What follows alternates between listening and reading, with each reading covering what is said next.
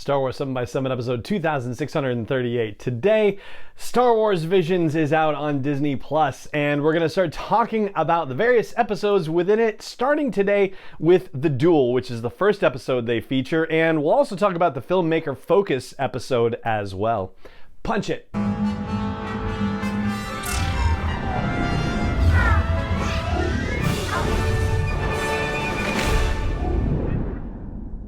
Hey Rebel Rouser, I'm Alan Voivod, and this is Star Wars 7x7, your daily dose of Star Wars joy, and thank you so much for joining me for it. So Visions came out on Wednesday, and all 9 episodes dropped, both the Japanese language versions and the English dubbed versions, but also there's a Filmmaker Focus series that came out along with it, and there are little featurettes on each of the 9 episodes. And if you're not aware of this, then, here's the quick thing. There's a novel called Ronin coming out next month by Emma Miko Candon, and they've written something that extends the world of The Duel, which is that first episode in Star Wars Visions. And I thought maybe a fun way to go about talking about these episodes would be to focus on one episode per podcast here and sort of supplement it, if you will, with information from the Filmmaker's Focus episode that goes along with the particular short. And I thought starting with The Duel made sense because, well, first of all, it is the number 1 item in the list as it appears on Disney Plus, but it's also probably the one that we should be paying the closest attention to comparatively, because it's the only one, at this point at least, for which there is another story coming. But for now, we're just going to focus on the animated short itself. And by the way, something out of this is going to be nominated for an Emmy Award next year, and probably multiple ones. I mean, if the Maggie Simpson Force Awakens from its nap would get an Emmy Award nomination, then by all means, Visions is going to have multiple entries in that category next year. So for a first takeaway, you've probably heard at some time in the past that George Lucas was definitely influenced by the films of Akira Kurosawa, and the creators of this particular short were influenced by Kurosawa's monochrome era of filmmaking. So I'm learning stuff about this too, and that specifically means like black and white, and they wanted it to actually look analog, wanted it to look like hand-drawn, and the way it's animated is, it looks almost like you're watching an old film print, like a black and white film print. Like there are almost artifacts on screen as the animation continues that makes it seem like you're looking at just, an old and, not pristine black and white movie print. And there are pops of color here and there, but it's very limited, and it tends to be limited to technology, like for example the Sith lady's lightsaber, or the display on the droid that accompanies the Ronin. Very thoughtful uses basically, and very effectively done. And I should say at this point that we are kind of in spoilery territory. Like, I'm not going to reveal how the story ends or it's resolved or anything like that, but there will be a couple of spoilers in here about that particular episode. So just, here's your fair warning. And so a second takeaway would be, I was thinking about how Dave Filoni and Jon Favreau have talked about The Mandalorian and about the notion of, getting all the Star Wars toys and throwing them in the sandbox and just playing around. And this short very much has that feel. From the transport that looks like it's the body of an Imperial walker but just set on wheels instead of legs, to the guards that are guarding this village, which include a Death Star droid and a Trandoshan and a Gran and a Tusken Raider and a probe droid that's actually being driven around by a Dug, like Sebulba is a Dug from The Phantom Menace, right?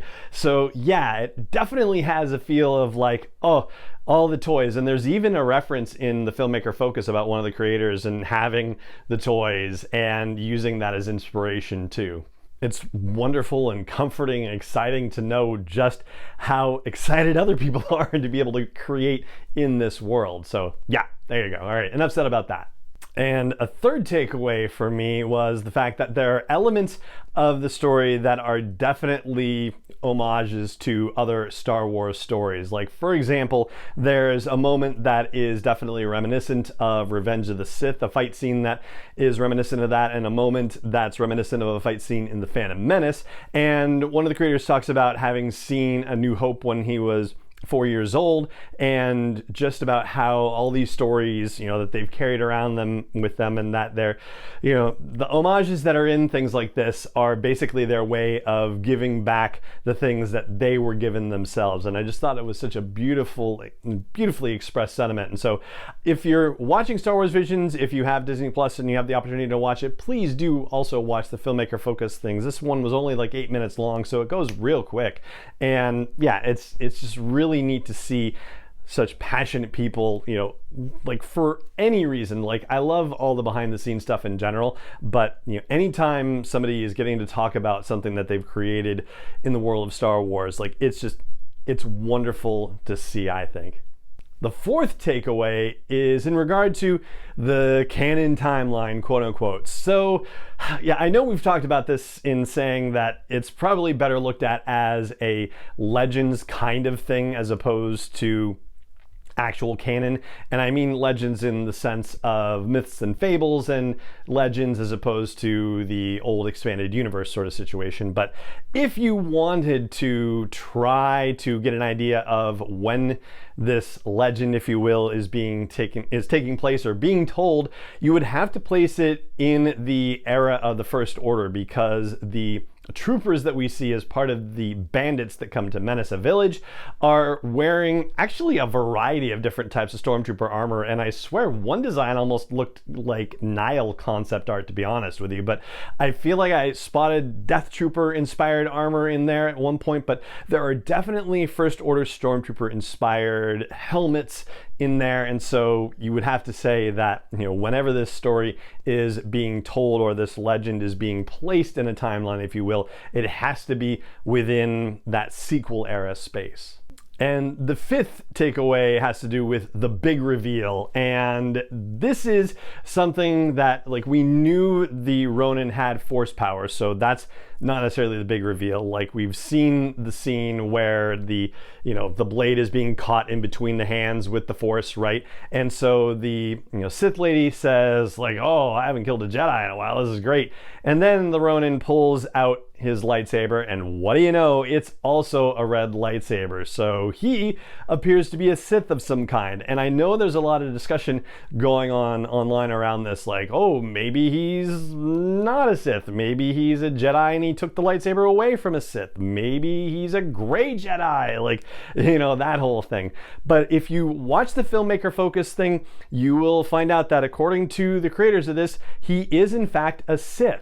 But what's particularly fascinating about it is that they are saying, Sith don't necessarily have to be just robbing and killing Jedi. Like, they could have their own other purposes. And so they describe Ronin as a hero but a bad guy, and that you can see that he's Sith because of some of the way they put it is like the foul methods and means of his fighting style, basically. And so they established that he's going around and collecting other people's kyber crystals, other Sith's kyber crystals, but why is he doing that? And their whole thing was, oh yeah, we're implying that there's more to his journey and there's more to learn. Like, why is he going around doing this? And if, this is just, the latest crystal that he's captured, then what's he gonna do next? Is he continuing his hunt for other Sith? And are those the only crystals he's collecting? Is he only collecting Sith crystals? Hard to say for sure, but it certainly seems like that's the case, and yet he is definitively Sith according to the creators. So, it's going to be fascinating to see where his journey leads next, and thankfully we do get to find out where his journey is going to lead next because of that novel Ronin that's coming out next month. And there you go, that's what I've got for you. 5 top takeaways from the Duel, which is the first of the 9 episodes in Star Wars Visions, and that is going to do it for this episode of the show. It just remains for me to say thank you so much for joining me for it, as always, and may the Force be with you wherever in the world you may be. 7x7 is not endorsed or sponsored yet by Lucasfilm Limited, Disney, or 20th Century Fox, and is intended for entertainment and information purposes only. Star Wars, the Star Wars logo, all names and pictures of Star Wars characters, vehicles, and any other Star Wars related items are registered trademarks and/or copyrights of Lucasfilm Limited, or their respective trademark and copyright holders. May the Force be with them. All original content is copyright 2021 by Star Wars 7x7. We hope you love it.